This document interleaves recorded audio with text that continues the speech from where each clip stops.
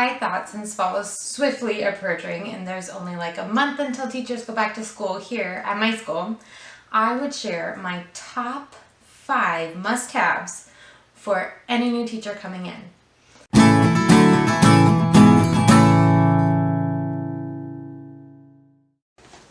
Good morning! Happy almost back to school. Here where I am, there is just a little bit over a month left until we go back to school. So I thought I would share my 5 must-haves for any new teacher. If this is your first year, then you're definitely going to be thinking a little bit outside of the box. Obviously, you need stuff for your students, but there's also a few things that you'll need that'll be easier if you think about it before you get in your classroom and have to make that target run. The very first thing that I think is a must-have for any teacher is a good planner. Now, last year I used a Carson DeLosa planner. It was their Galaxy one. It matched my classroom, and it was wonderful.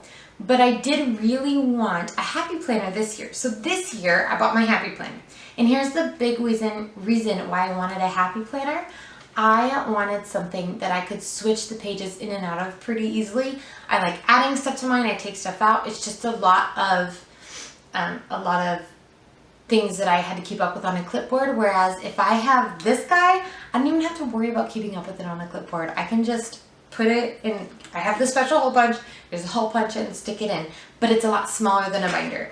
The other big thing that I made sure that I found in my planner was it had to have the monthly grid. So this is September, and I like it, I decorate it, I use washi, I use stickers, because I like stickers.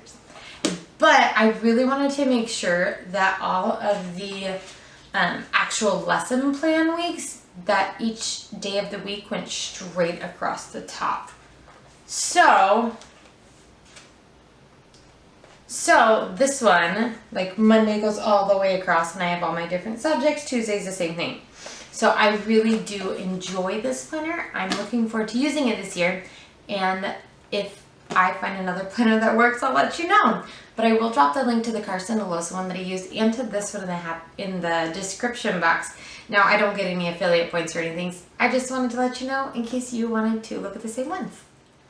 The second thing that I think is a must-have for any new teacher is to find a pen you like.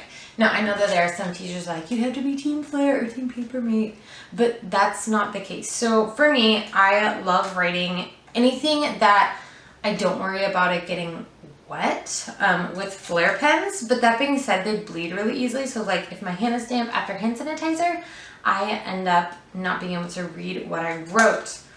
Another great option, these are actually Bible journaling pens, and they're fine point, and I really like them. I believe they're Mr. Pen.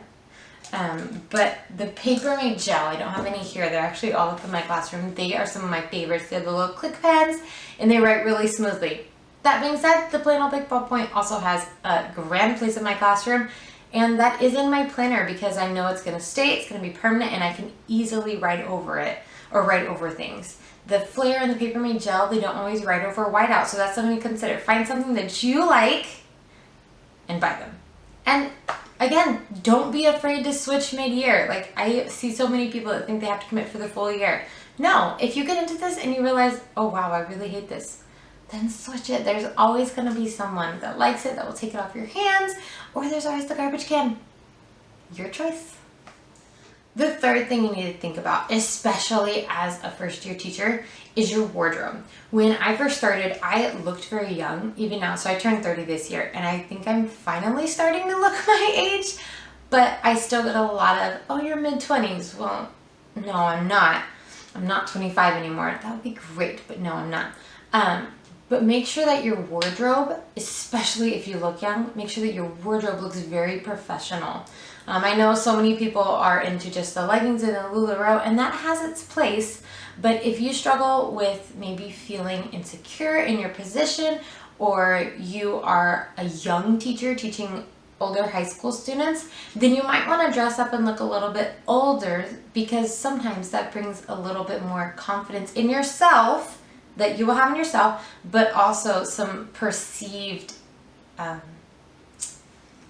people will perceive you to be a little bit older. And it is true that with age comes a little bit less questioning from some of the parents. So really think about your wardrobe and look at it, be critical and think, is this really how I want to portray myself? Do I have enough clothes to get me through a week? Do I have clothes for all the seasons? Once you know what you need, you can start making sure that you have those things in your wardrobe. For me, I like going down to the Goodwill or down to Salvation Army, or there's a mall right around me, Ross.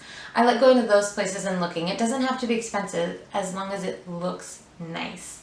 A great place to start if you aren't sure where you really like. I love Loft.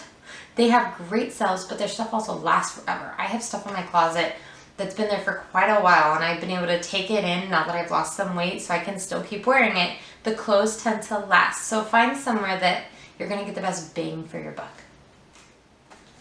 There will be the days where you open your lunchbox and you look down and you think, I brought soup and I only have a fork. Ugh. Well, don't worry. I personally keep some silverware stashed on my desk. I don't always remember where it is. Sometimes I have to go digging for it. I should be better about that. But if you always have silverware on your desk, then you'll be ready for it. You would be so surprised how often you'll use a fork, a spoon, and a knife. I'll sometimes just bring bread and peanut butter and that's my snack, and I'll realize, oh my goodness, I don't have a knife here. Well, guess what? No worries, because I keep one in my desk. I would definitely suggest having a, even if it's just a box of disposable silverware, so I guess that's plasticware, in your desk. It's not something that I allow the students to use because or else I would just be providing it for them all the time. But it is really handy to have something in your desk for when you need it. You're in a hurry and you're not able to go track down a fork or a spoon. And the final thing is make sure that you have good office supplies. So I have here 2 staplers. This one is actually they're both my husband's. I hijacked them. This was his from when he was in college. I have no idea what brand it is. It's some random off-brand, but it staples well. It staples every time, the first time. Staplers are one of those things that I think is worth dropping money into and getting a little bit nicer one. I bought one of those cute swingline ones my first year teaching, and you know what? It jammed all the time. Get you a serviceable, ugly one, and you know what? It'll probably last you forever. So this is just a regular old stapler. I like it. It can open. You'll probably want one that opens a little more to do bulletin boards. I use pins on my bulletin boards. But those are all things to consider. Like, what are you going to use your stapler for? Are you going to use it just to staple papers? Are you going to use it on the wall? Because if you use it on the wall, like this one would not work on the wall because it cannot even, excuse me, it can't open all the way. I actually have to have 2 staplers in my classroom because if I'm stapling thick packets, I need that one. But my husband gave me this one. It was from his college days. It's the Air Assist Swingline. It's called the Power Ease, and it staples super easily. You can do 20 sheets at once. I think that's a lie. I don't have luck with that many. But it is a little loud and it doesn't open all the way. It fits all staples, but it is so amazing because you go to staple and you just barely have to tap it. You don't even have to sit around and like whack it through. You just kind of tap the whole way. It saves your wrists, especially if you're doing a lot of stapling. Over distance learning, I was able to use this guy and he was so helpful because it was just very simple and my wrists weren't hurting at the end of it. Make sure that whatever office supplies you have work well. You're going to use them all the time. So invest the money and make sure that you have ones that you like. It's a bonus if they're cute, guys. Come on. Bonus round! If you are a Christian school teacher and you're teaching Bible, get yourself a Bible with some big print. So my teaching Bible is actually up at the school, but the Bible that I have for teaching Bible does not have a lot of notes in the margins. Actually, it has none. It's a little bit bigger print. When I first started teaching, I had just one of the Nelson ones that has a nice little reference and all the notes, and I kept losing my place. It was so embarrassing.